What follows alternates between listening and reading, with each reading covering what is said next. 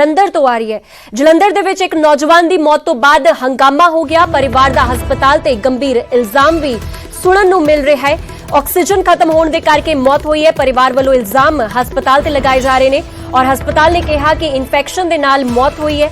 ਸਮੇਂ ਤੋਂ ਪਹਿਲਾਂ ਆ ਗਈ ਸੀ ਆਕਸੀਜਨ। ਹਸਪਤਾਲ ਵੱਲੋਂ ਇਹ ਤਰਕ ਵੀ ਦਿੱਤਾ ਗਿਆ ਹੈ। ਤਾਂ ਇੱਕ ਪਾਸੇ ਪਰਿਵਾਰ ਵੱਲੋਂ ਇਲਜ਼ਾਮ ਲਗਾਇਆ ਜਾ ਰਿਹਾ ਹੈ ਕਿ ਹਸਪਤਾਲ ਦੇ ਵਿੱਚ ਆਕਸੀਜਨ ਦੀ ਘਾਟ ਤੋਂ ਬਾਅਦ ਇਸ ਸ਼ਖਸ ਦੀ ਮੌਤ ਹੋ ਗਈ, ਉਹਨਾਂ ਦੇ ਰਿਸ਼ਤੇਦਾਰ ਦੀ ਮੌਤ ਹੋ ਗਈ।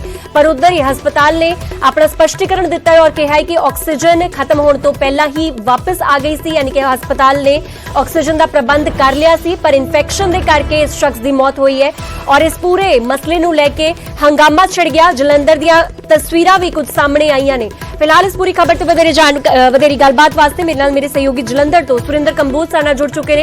सुरिंदर, फिलहाल की माहौल है इस हस्पताल का कि अजे भी परिवार वालों हंगामा किया जा रहा है या फिर पुलिस ने विच इंटरफेयर करके मसला सुलझा लिया है?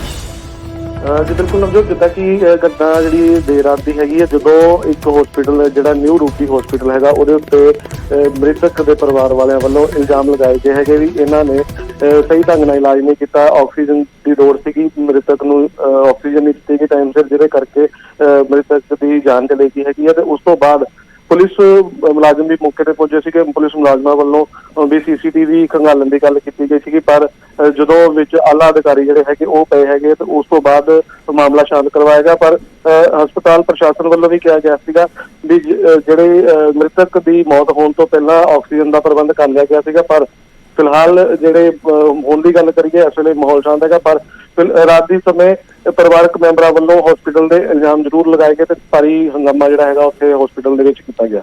जी सुरिंदर, एक ये भी समझना चाहांगे कि इस शख्स की उम्र किन्नी सी और किन्ने दिन पहला इसनूं दाखिल करवाया गया सी? जी बिल्कुल, 60 ਤੋਂ 65 साल के विचकार की उम्र दसी जाती है। दाखिल करवाया गया कल परसों दे एक दिन पहला उसनूं करवाया गया सीगा। जी जी ठीक है सुरिंदर, फिलहाल शुक्रिया तमाम जानकारी वास्ते। 60 तो 65 साल की उम्र इस शख्स की दसी जा रही है जिसकी जान जा चुकी है और डॉक्टर हस्पताल प्रशासन वालों कहा जा रहा है कि इस शख्स के विच इन्फेक्शन बहुत ज्यादा वध गया सी, जिस तो बाद उसकी मौत हो गई। हालांकि परिवार वालों वालों इल्जाम हस्पताल से लगाए जा रहे हैं कि ऑक्सीजन की घाट के चलदियां ऑक्सीजन की सप्लाई नहीं सी, इस करके इस घाट के करके इस शख्स की जान जा चुकी है।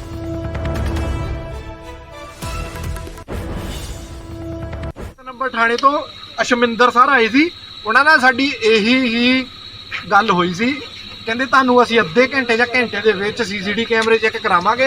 हुण इह लिखती रूप हॉस्पिटल तो लै गया जी, कल नूं 10 बजे आवांगे जी। उन्हां दा है नहीं ऑपरेटर जी, ते CCTV कैमरे कित्थों चलने है या कित्थों नहीं चलने, सानूं नहीं पता कित्थों चेक होने आ जी। हुण आपां की प्रशासन तो मंगदे? असीं प्रशासन तो यही मंगदे आ जी, असीं साडी CCTV कैमरा फुटेज दिखाई जावे, ऑक्सीजन मुक्की है या नहीं। इह मुलाजम उन्हां नाल रलिआ जी, कृपाल सिंह। उधर एक पासे कोरोना का संकट है तो दूजे पासे वैक्सीनेशन की बर्बादी वाली खबर भी सामने आई है। कोरोना संकट विचाले वैक्सीनेशन की बर्बादी हुई है और बर्बादी दे विच हरियाणा दूजे नंबर ते, इस दे नाल पंजाब तीजे नंबर ते है। तमिलनाडु विच वैक्सीन की सब तो वध बर्बादी हुई है। RTI के तहत केंद्र सरकार वालों यह जानकारी दी गई है। 11 अप्रैल तक देश विच लगभग 44 लाख डोज बर्बाद हुई सी और हरियाणा दे विच 9% ते पंजाब दे विच 8.12% डोज बर्बाद हुई है। इस दे नाल अगर गल हिमाचल की की जाए, हिमाचल विच कोरोना वैक्सीन की बर्बादी ना दे बराबर हुई है और डॉक्टर वालों यही गल कही जाती है कि जो कोई भी वाइल खुलती है तो वाइल दे विच जिन्नी डोज हुंदी है, लोग पहला बिल्कुल भी संजीदा नहीं सी, वैक्सीन नूं लैके अवेयरनेस नहीं सी, इस करके जो उस वाइल दे विच डोज हुंदी सी वो बर्बाद हो जाती सी एक या डोज लगन तो बाद, एक या 2 डोज लगन तो बाद। पर हुण लोकां दे विच जदों अवेयरनेस वधी है तां हुण किते ना किते बर्बादी का यानी कि हुण तो कुछ दिन पहला तक देश विच लगभग 44 लाख डोज बर्बाद हो चुकी है और सब तो पहले नंबर ते तमिलनाडु का नाम आउंदा है कि तमिलनाडु विच सब तो ज्यादा वैक्सीन की बर्बादी हुई है और इस तो बाद हरियाणा विच उस तो बाद दूजे नंबर ते वैक्सीन की बर्बादी हुई है और पंजाब तीजे नंबर ते है, जिस दे विच वैक्सीन की बर्बादी का अंकड़ा यानी कि फीसद के तौर पर सामने आया है। और गल की जाए अंकड़ियां की तो पंजाब विच 8.12% डोज बर्बाद हुई है।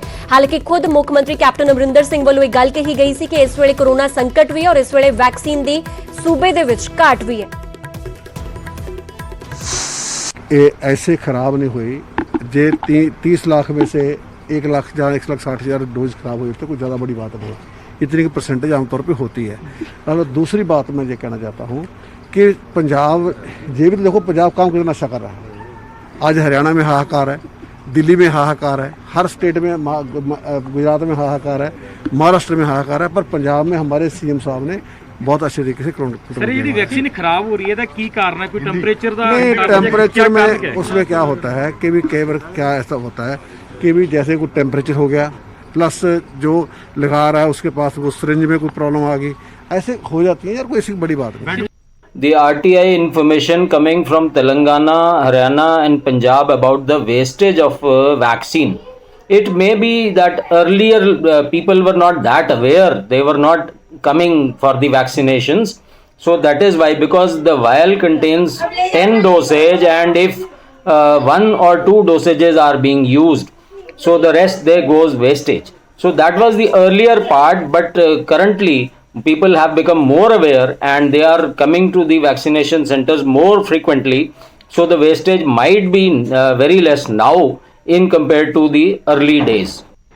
ਐਕਚੁਅਲੀ ਸ਼ੁਰੂ ਚ ਜਦੋਂ ਗਵਰਨਮੈਂਟ ਦੀ ਸਟ੍ਰਿਕਟ ਗਾਈਡਲਾਈਨ ਸੀ ਵੀ ਹੈਲਥ ਕੇਅਰ ਵਰਕਰ ਤੇ ਫਰੰਟਲਾਈਨ ਵਰਕਰਸ ਨੂੰ ਹੀ ਵੈਕਸੀਨ ਦੇਣੀ ਹੈ, ਉਹ ਵੀ ਸਪੈਸੀਫਾਈਡ ਸੀ ਵੀ ਇਸੇ ਨੇ ਇਹਨਾਂ ਨੂੰ ਹੀ ਦੇਣੀ ਹੈ, ਲਿਸਟ ਉੱਪਰ ਬਣ ਕੇ ਆਈ ਸੀ ਤੇ ਉਹਦਾ ਵੈਕਸੀਨ ਦੀ ਡੋਜ਼ ਵਾਜ਼ ਇਨ 20 ਡੋਜ਼ਸ ਪਰ ਵਾਇਲ ਜੀ। ਉਦੋਂ ਸਾਨੂੰ ਕਾਫੀ ਪ੍ਰੋਬਲਮ ਆਈ ਕਿਉਂਕਿ 20 ਲੋਕ ਪੂਰੇ ਨਹੀਂ ਹੁੰਦੇ ਸੀ, ਕੁਝ ਵੈਕਸੀਨ ਦੀ ਹੈਜ਼ਿਟੇਸ਼ਨ ਬਹੁਤ ਸੀ ਜੀ ਤੇ ਥੋੜੀ ਬਹੁਤ ਉਹ ਵੇਸਟੇਜ ਹੋਈ, ਬਟ ਜੋ ਮੋਹਾਲੀ ਦੀ ਹੈ that was within permissible limits, ਜਿਤਨੀ ਵੀ ਗਵਰਨਮੈਂਟ ਵੱਲੋਂ ਪਰਮਿਸ਼ਨ ਹੈ ਵੀ ਇੰਨੀ ਵੈਕਸੀਨ ਵੇਸਟ ਹੋ ਸਕਦੀ ਹੈ, that was within that limit. ਹੁਣ ਜਿਹੜੀ ਹੈ ਵੈਕਸੀਨ 10 ਦੀ ਡੋਜ਼ ਆ ਰਹੀ ਹੈ, ਹੁਣ ਵੇਸਟੇਜ ਆਲਮੋਸਟ ਨਿਲ ਹੋ ਚੁੱਕੀ ਹੈ ਜੀ। ਡਾਕਟਰ ਸਾਹਿਬ ਇਹ ਵੀ ਜਾਣਨਾ ਚਾਹਾਂਗੇ ਕਿਸ ਤਰੀਕੇ ਦੇ ਨਾਲ ਇਹ ਵੇਸਟੇਜ ਹੁੰਦੀ ਹੈ? ਜਦ ਅਸੀਂ ਗੱਲ ਕਰਦੇ ਹਾਂ ਕਿ ਕੋਵਿਡ ਵੈਕਸੀਨ ਆਉਂਦੀ ਹੈ, ਇਹ ਵੀ ਦੱਸਿਆ ਜਾਂਦਾ ਹੈ ਕਿ ਇੱਕ ਖਾਸ ਟੈਂਪਰੇਚਰ ਦੇ ਵਿੱਚ ਉਸ ਨੂੰ ਰੱਖਿਆ ਜਾਣਾ ਹੈ, ਤਾਂ ਬਰਬਾਦੀ ਕਿਸ ਤਰੀਕੇ ਨਾਲ ਹੁੰਦੀ ਹੈ? ਨਹੀਂ, ਬਰਬਾਦੀ ਉਸ ਤਰ੍ਹਾਂ ਦੀ ਕੋਈ ਬਰਬਾਦੀ ਨਹੀਂ ਹੈ, ਕੋਈ ਸਟੋਰੇਜ ਕੋਈ ਬਰਬਾਦੀ ਨਹੀਂ। ਬਰਬਾਦੀ ਇਸ ਤਰ੍ਹਾਂ ਹੁੰਦੀ ਹੈ, ਸਪੋਜ਼ ਜਿਵੇਂ 20 ਦੀ ਵਾਇਲ ਹੈ, ਸਾਡੇ ਕੋਲ 34 ਹੈਲਥ ਕੇਅਰ ਵਰਕਰ ਜਾਂ ਫਰੰਟਲਾਈਨ ਵਰਕਰ ਵੀ ਆਏ ਜੀ, ਤਾਂ ਉਹ ਤੋਂ ਸਾਡੀਆਂ 6 ਡੋਜ਼ ਵੇਸਟ ਹੋ ਗਈਆਂ। ਇਸ ਤਰ੍ਹਾਂ ਵੇਸਟ ਹੁੰਦੀ ਸੀ ਸ਼ੁਰੂ ਚ।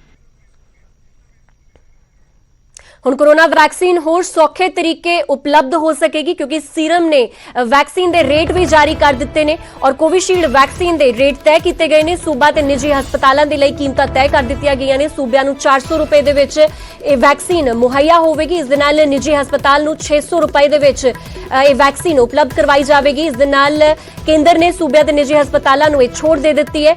ਸੂਬੇ ਤੇ ਹਸਪਤਾਲ ਸਿੱਧਾ ਕੰਪਨੀਆਂ ਤੋਂ ਵੀ ਹੁਣ ਵੈਕਸੀਨ ਖਰੀਦ ਸਕਦੇ ਨੇ, ਤਾਂ ਇਹ ਵੱਡੀ ਛੋਟ ਦਿੱਤੀ ਗਈ ਹੈ ਔਰ ਕੇਂਦਰ ਸਰਕਾਰ ਵੱਲੋਂ ਸੂਬਿਆਂ ਤੇ ਨਿੱਜੀ ਹਸਪਤਾਲਾਂ ਨੂੰ ਇਹ ਛੋਟ ਦਿੱਤੀ ਗਈ ਹੈ ਕਿ ਹੁਣ ਸੂਬੇ ਤੇ ਨਿੱਜੀ ਹਸਪਤਾਲ ਵੀ ਸਿੱਧਾ ਕੰਪਨੀਆਂ ਤੋਂ ਵੈਕਸੀਨ ਖਰੀਦ ਸਕਣਗੇ, ਜਿਸ ਨੂੰ ਲੈ ਕੇ ਇਹਨਾਂ ਇੰਸਟੀਚਿਊਟਸ ਵੱਲੋਂ ਵੀ ਹੁਣ ਰੇਟ ਤੈਅ ਕਰ ਦਿੱਤੇ ਗਏ ਨੇ। ਸੀਰਮ ਨੇ ਆਪਣੇ ਵੈਕਸੀਨ ਦੇ ਰੇਟ ਜਾਰੀ ਕਰ ਦਿੱਤੇ ਗਏ ਨੇ। ਸੀਰਮ ਇੰਸਟੀਚਿਊਟ ਦੀ ਇਹ ਵੈਕਸੀਨ ਕੋਵਿਸ਼ੀਲਡ ਦੇ ਰੇਟ ਤੈਅ ਹੋ ਚੁੱਕੇ ਨੇ।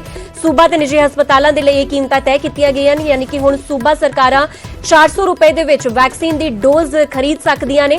ਇਸ ਦੇ ਨਾਲ ਨਿੱਜੀ ਹਸਪਤਾਲ 600 ਰੁਪਏ ਦੇ ਵਿੱਚ ਇਸੇ ਵੈਕਸੀਨ ਦੀ ਡੋਜ਼ ਖਰੀਦ ਸਕਣਗੇ ਔਰ ਲੋਕਾਂ ਨੂੰ ਇਸ ਦੇ ਨਾਲ ਸਹੂਲਤ ਹੋ ਜਾਵੇਗੀ।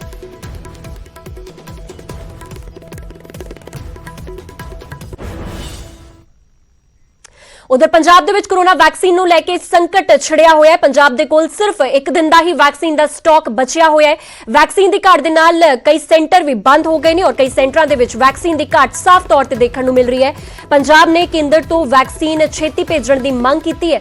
ਪੰਜਾਬ ਸਰਕਾਰ ਵੱਲੋਂ ਕੇਂਦਰ ਸਰਕਾਰ ਨੂੰ ਅਪੀਲ ਕੀਤੀ ਗਈ ਹੈ ਕਿ ਛੇਤੀ ਵੈਕਸੀਨ ਭੇਜੀ ਜਾਵੇ। ਇਸ ਤੋਂ ਪਹਿਲਾਂ ਇੱਕ ਚਿੱਠੀ ਵੀ ਲਿਖੀ ਗਈ ਸੀ ਔਰ ਖੁਦ ਮੁੱਖ ਮੰਤਰੀ ਕੈਪਟਨ ਅਮਰਿੰਦਰ ਸਿੰਘ ਕਈ ਵਾਰ ਇਸ ਗੱਲ ਦਾ ਜ਼ਿਕਰ ਕਰਦੇ ਹੋਏ ਨਜ਼ਰ ਆਏ ਨੇ ਕਿ ਪੰਜਾਬ ਦੇ ਵਿੱਚ ਵੈਕਸੀਨ ਦੀ ਘਾਟ ਹੈ ਔਰ ਹੁਣ ਸਟਾਕ ਦੀ ਗੱਲ ਕੀਤੀ ਜਾਵੇ ਤਾਂ ਮਹਿਜ਼ ਇੱਕ ਦਿਨ ਦਾ ਸਟਾਕ ਬਾਕੀ ਹੈ ਔਰ ਇਸ ਦਾ ਅਸਰ ਵੀ ਪੂਰਨ ਤੌਰ ਤੇ ਦੇਖਣ ਨੂੰ ਮਿਲ ਗਿਆ ਕਿਉਂਕਿ ਕਈ ਸੈਂਟਰ ਬੰਦ ਹੋਣ ਦੀ ਕਗਾਰ ਤੇ ਹੋ ਗਏ ਨੇ।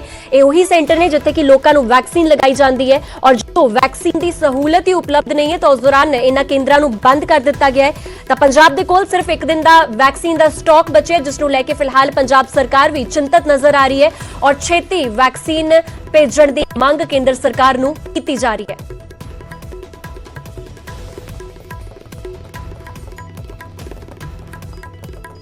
आज हमारे पास 2 लाख डोज आने की संभावना थी, उसके बारे में अभी मैं कन्फर्म नहीं आई या नहीं आई, और जेकर वो आई होगी तो हमारा काम चलेगा।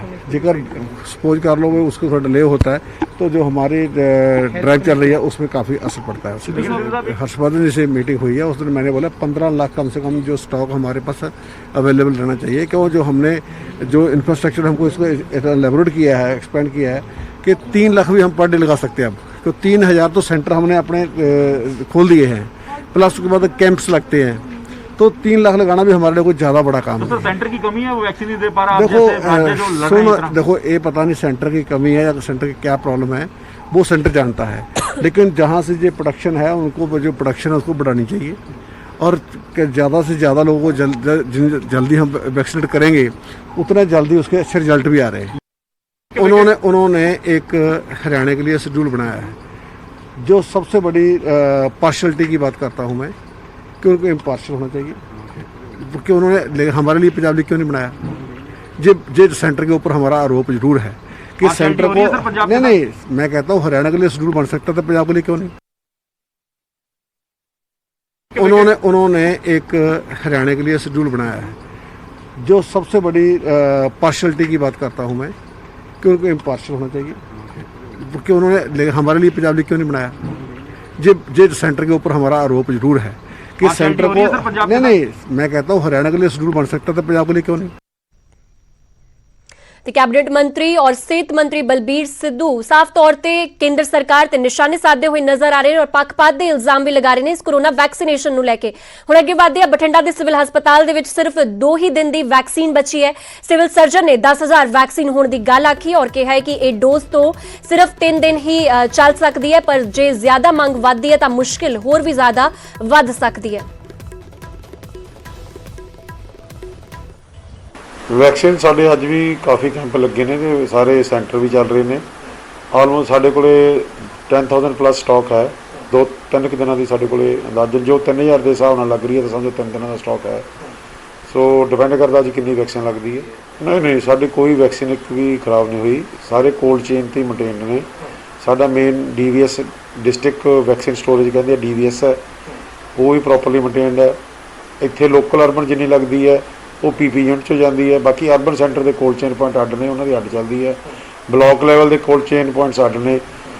ਅੱਗੇ ਕੋਲਡ ਚੇਨ ਪੁਆਇੰਟ ਸਬ ਸੈਂਟਰਾਂ ਦੇ ਆਪਣੇ ਜਿੱਥੇ PSCਆਂ ਉੱਥੇ ਅੱਡ ਨੇ। ਉਧਰ ਮੋਗਾ ਦੇ ਵਿੱਚ ਵੀ ਕੁਝ ਅਜਿਹੀ ਕ੍ਰਾਈਸਿਸ ਵਾਲੇ ਹਾਲਾਤ ਬਣੇ ਹੋਏ ਨੇ। ਮੋਗਾ ਸਿਹਤ ਵਿਭਾਗ ਦੇ ਕੋਲ ਵੀ ਸਿਰਫ ਅੱਜ ਦੀ ਹੀ ਵੈਕਸੀਨ ਬਚੀ ਹੈ। ਹਸਪਤਾਲ ਦੇ ਸਟੋਰ ਦੇ ਵਿੱਚ ਸਿਰਫ ਕੋਵੈਕਸੀਨ ਬਚੀ ਹੋਈ ਹੈ ਔਰ ਹਸਪਤਾਲ ਦੇ ਸਟੋਰ ਦੇ ਵਿੱਚ ਸਿਰਫ ਕੋਵੈਕਸੀਨ ਦੀਆਂ 600 ਡੋਜ਼ ਪਈਆਂ ਨੇ, ਜਦਕਿ ਕੋਵਿਸ਼ੀਲਡ ਪੂਰੀ ਤਰ੍ਹਾਂ ਖਤਮ ਹੋ ਗਈ ਹੈ। ਵੈਕਸੀਨ ਦੀ ਘਾਟ ਕਾਰਨ ਫਿਲਹਾਲ ਕੈਂਪ ਨਹੀਂ ਲੱਗ ਪਾ ਰਿਹਾ।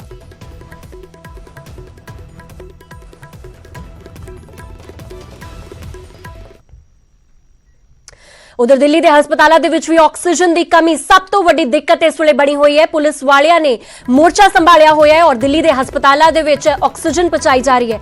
ਹਸਪਤਾਲਾਂ ਦੇ ਵਿੱਚ ਆਕਸੀਜਨ ਸਿਲੰਡਰ ਭੇਜੇ ਜਾ ਰਹੇ ਨੇ। ਇਸ ਵੇਲੇ ਦਿੱਲੀ ਦੇ ਵਿੱਚ ਲਾਕਡਾਊਨ ਲੱਗਿਆ ਹੋਇਆ ਹੈ। 6 ਦਿਨ ਦੇ ਲਾਕਡਾਊਨ ਦਾ ਐਲਾਨ ਹੋਇਆ ਔਰ ਉਸ ਤੋਂ ਬਾਅਦ ਇਹ ਸੁਨਿਸ਼ਚਿਤ ਕੀਤਾ ਜਾ ਰਿਹਾ ਹੈ ਕਿ ਜੋ ਆਕਸੀਜਨ ਦੀ ਘਾਟ ਆ ਰਹੀ ਹੈ ਇਸ ਵੇਲੇ ਦਿੱਲੀ ਦੇ ਹਸਪਤਾਲਾਂ ਦੇ ਵਿੱਚ ਉਸ ਨੂੰ ਪੂਰਨ ਤੌਰ ਤੇ ਇਸ ਨੂੰ ਮੁਕੰਮਲ ਬਣਾਇਆ ਜਾਵੇ, ਯਾਨੀ ਕਿ ਆਕਸੀਜਨ ਦੀ ਸਪਲਾਈ ਪੂਰੀ ਸੁਨਿਸ਼ਚਿਤ ਕੀਤੀ ਜਾਵੇ। ਔਰ ਇਸ ਦਾ ਪੂਰਾ ਸਮਾਂ ਹੀ ਅਰਵਿੰਦ ਕੇਜਰੀਵਾਲ ਵੱਲੋਂ ਇਸ ਦਾ ਵੀ ਜ਼ਿਕਰ ਕੀਤਾ ਗਿਆ ਸੀ ਕਿ ਇਹਨਾਂ 6 ਦਿਨਾਂ ਦੇ ਵਿੱਚ ਇਸ ਘਾਟ ਨੂੰ ਦੂਰ ਕੀਤਾ ਜਾਵੇਗਾ। ਔਰ ਇਸ ਵੇਲੇ ਦਿੱਲੀ ਆਕਸੀਜਨ ਦੀ ਕਮੀ ਦੇ ਨਾਲ ਜੂਝ ਰਹੀ ਹੈ, ਯਾਨੀ ਕਿ ਹਸਪਤਾਲਾਂ ਦੇ ਵਿੱਚ ਆਕਸੀਜਨ ਸਿਲੰਡਰਾਂ ਦੀ ਘਾਟ ਹੈ, ਜਿਸ ਨੂੰ ਪੂਰਨ ਤੌਰ ਤੇ ਪੁਲਿਸ ਵਾਲਿਆਂ ਨੇ ਇਸ ਨੂੰ ਪੂਰਾ ਕਰਨ ਵਾਸਤੇ ਇੱਕ ਮੋਰਚਾ ਸੰਭਾਲ ਲਿਆ ਹੈ। ਦਿੱਲੀ ਦੇ ਹਸਪਤਾਲਾਂ ਦੇ ਵਿੱਚ ਪੁਲਿਸ ਮੁਲਾਜ਼ਮ ਖੁਦ ਆਕਸੀਜਨ ਪਹੁੰਚਾਉਂਦੇ ਹੋਏ ਨਜ਼ਰ ਆ ਰਹੇ ਨੇ ਔਰ ਤਸਵੀਰਾਂ ਖੁਦ ਇਸ ਦੀ ਗਵਾਹੀ ਭਰ ਰਹੀਆਂ ਨੇ। उनके पास जस्ट ऑक्सीजन बिल्कुल ख़त्म हो गई है और उनके पास करीब 32 कोविड के पेशेंट्स हैं और ऑक्सीजन अगर ख़त्म हो जाएगी तो उनकी जान को खतरा हो जाएगा। जैसे ही ये खबर हम लोगों को मिली, हमारी local police Janakpuri police action में आई और तुरंत हमने जितने भी आसपास एरिया में ऑक्सीजन सप्लायर्स हैं उन लोगों से बात करी और तुरंत इन लोगों को हमने 3 जगह से कीर्तिनगर, गोल मार्केट और मायापुरी से 11 सिलेंडर ऑक्सीजन के अरेंज कर दिए। ਉਧਰ ਦਿੱਲੀ ਦੇ ਵਿੱਚ ਜੋ ਕ੍ਰਾਈਸਿਸ ਵਾਲੇ ਹਾਲਾਤ ਬਣ ਰਹੇ ਨੇ ਉਸ ਦੇ ਲਈ ਆਕਸੀਜਨ ਕੰਪਨੀ ਨੇ ਇਲਜ਼ਾਮ ਸੰਯੁਕਤ ਕਿਸਾਨ ਮੋਰਚੇ ਤੇ ਲਗਾਏ ਨੇ। ਸੰਯੁਕਤ ਕਿਸਾਨ ਮੋਰਚੇ ਦੀ ਸਫਾਈ ਵੀ ਇਸ ਦੌਰਾਨ ਸਾਹਮਣੇ ਆਈ ਹੈ। ਸੰਯੁਕਤ ਕਿਸਾਨ ਮੋਰਚੇ ਨੇ ਸਾਰੇ ਇਲਜ਼ਾਮਾਂ ਤੋਂ ਕਿਨਾਰਾ ਕਰ ਦਿੱਤਾ ਹੈ ਔਰ ਸੰਯੁਕਤ ਕਿਸਾਨ ਮੋਰਚੇ ਵੱਲੋਂ ਇਹ ਗੱਲ ਕਹੀ ਗਈ ਕਿ ਹੰਗਾਮੀ ਸੇਵਾਵਾਂ ਦੇ ਲਈ ਕਦੀ ਵੀ ਰਾਹ ਨਹੀਂ ਰੋਕਿਆ ਗਿਆ। ਸਾਡੇ ਵੱਲੋਂ ਹੰਗਾਮੀ ਸੇਵਾਵਾਂ ਦੇ ਲਈ ਸ਼ੁਰੂ ਤੋਂ ਰਾਹ ਖੁੱਲੇ ਹੋਏ ਨੇ ਔਰ ਰਾਹ ਕਿਸਾਨਾਂ ਨੇ ਨਹੀਂ ਬਲਕਿ ਪੁਲਿਸ ਨੇ ਰੋਕੇ ਹੋਏ ਨੇ। संयुक्त किसान मोर्चे वालों एक गल कही गई, किसान आंदोलन बारे कुछ कूड़ प्रचार किया जा रहा है, यह भी गल संयुक्त किसान मोर्चे वालों कही गई। दिल्ली दे विच ऑक्सीजन की कमी दे लई कंपनी ने किसान आंदोलन नूं जिम्मेवार दस्सिया सी और कंपनी ने कहा सी कि आंदोलन की वजह के करके उन्हां नूं सप्लाई करन दे लई लंबा पैंडा तय करना पै रहा है और ऑक्सीजन सप्लाई करने के लिए कंपनी ने ग्रीन कॉरीडोर की भी मंग की है। तो इन्हां सारे इल्जामां तो हुण संयुक्त किसान मोर्चे ने किनारा कर लिया, नकार दिते ने सारे इल्जाम और साफ कहा गया कि जिन्नियां भी एसेंशियल सर्विसेज होण, एसेंशियल कमोडिटीज होण, उन्हां वास्ते कदी भी साडे वल्लों राह नहीं रोकिया गया। इस दे नाल संयुक्त किसान मोर्चे ने पुलिस प्रशासन ते भी सवाल चुके ने कि राह असी नहीं बल्कि पुलिस वाले रोकते ने। मेरे साथ किसान नेता राकेश टिकैत बात करने के लिए मौजूद हैं। एक बड़ा इल्ज़ाम लगा है आप लोगों पर, इनॉक्स कंपनी जो कि ऑक्सीजन सप्लाई करती है, काफ़ी समस्या है देश में, दिल्ली में भी समस्या जारी है। अस्पताल में ऑक्सीजन पहुंचाने में उनको विलम्ब हुआ और उन्होंने आप पे आरोप लगाया है कि आप लोगों की वजह से रास्ता जाम था, 100 किलोमीटर लंबा सफ़र करके उन्हें पहुंचना पड़ा। कैसे देखते हैं? ये कल की घटना बता रहे हैं वो 20 तारीख की, उससे रूट जरूर लेंगे, कौन सी गाड़ी हुआ, कौन से हॉस्पिटल में, कौन से रूट से गई, क्योंकि जो कंपनी में बैठे हुए लोग हैं जिन्होंने ये बयान दिया है उन्हें ये नहीं पता कि ऊपर के रूट खुल गए हैं। अब पूरी फटाक से गाड़ी जा रही, वो कौन से रूट से गाड़ी उनकी गई ये जरूर उनसे पता करना पड़ेगा। और जो ये इल्ज़ाम लगाया इसका जरूर जवाब लेंगे हम कंपनी से, उनके मैनेजर से बात करेंगे कौन से रूट से गाड़ी गई है। ये तो ऊपर के रूट खुले हुए हैं अभी और रोक रखे तो फिर पुलिस ने रोक रखे, उन पर लगाना चाहिए आरोप, दिल्ली सरकार ने रोक रखे उन पर लगाना चाहिए। मतलब एक बेवजह को किसान पे आरोप लगाना इतना आसान हो गया कि कोई भी उठागा और किसान के ऊपर आरोप लगा देगा। इसका जवाब उसको जरूर देंगे हम। वो सिलेंडर ब्लैक में कितने का बेच रहा है वो भी उसका जवाब देंगे, उसकी पूरी इंक्वायरी करेंगे हम अपने तरीके से और उसका रूट भी देखेंगे कि 100 किलोमीटर कहाँ से घूम कर गया हो। ये तो ऊपर के रूट ये 9 नंबर हाईवे खुला हुआ है और जो 24 नंबर हाईवे है, दोनों हाईवे खुले हुए हैं ऊपर के। अब मोदी नगर प्लांट से वो कह रहे थे ऑक्सीजन लेके आ रहे थे, 100 किलोमीटर लंबा रास्ता अपनाना पड़ा उनको। कौन से रूट से 100 किलोमीटर लंबा गया? क्या वो वहाँ को गया, फरीदाबाद को गया लेके, कहाँ को गया लेके? वो ये रोड दोनों खुले हुए हैं, 9 नंबर हाईवे खुल रहा और 24 नंबर हाईवे खुल रहा, दोनों खुले हैं ऊपर के। जैसी समस्या अभी चल रही है दिल्ली में, अस्पतालों में काफ़ी मरीज अपने इलाज के लिए तरस रहे हैं, उन्हें बेड नहीं मिल रहा, ऑक्सीजन की कमी हो रही है। उनका कहना है कि सिंगू बॉर्डर पे किसान बैठे हुए हैं, रास्ता ब्लॉक है, गाजीपुर बॉर्डर पे किसान बैठे हुए हैं, रास्ता ब्लॉक है। एक ग्रीन कॉरिडोर बनाना चाहिए, रास्ता साफ रहे। ग्रीन कॉरिडोर बना हुआ है, पूरा खुला हुआ है। ये धरने खत्म नहीं होंगे, ये अलग अलग तरीके के जो बयान दिलवा रहे हैं ना, ये धरने खत्म नहीं होंगे। ग्रीन कॉरिडोर तो एम्बुलेंस जा रही, पिछले 5 महीने से एम्बुलेंस तो कोई नहीं फंस रही, सब एम्बुलेंस जा रही है। इनकी गैस की गाड़ी कहां से फंस गई, किसके कहने से बयान दिया इन्होंने? इनकी तो पूरी जांच करवाएंगे। अगली खबर किसान अंदोलन के नाल ही जुड़ी हुई है। दिल्ली बॉर्डर ते एक बार फिर तो किसानों की गिणती वधनी शुरू हो गई है। टिकरी बॉर्डर ते किसानों के काफले पहुंचने शुरू हो गए ने और भारतीय किसान यूनियन उगराहा धड़े के किसान टिकरी बॉर्डर ते पहुंचे ने।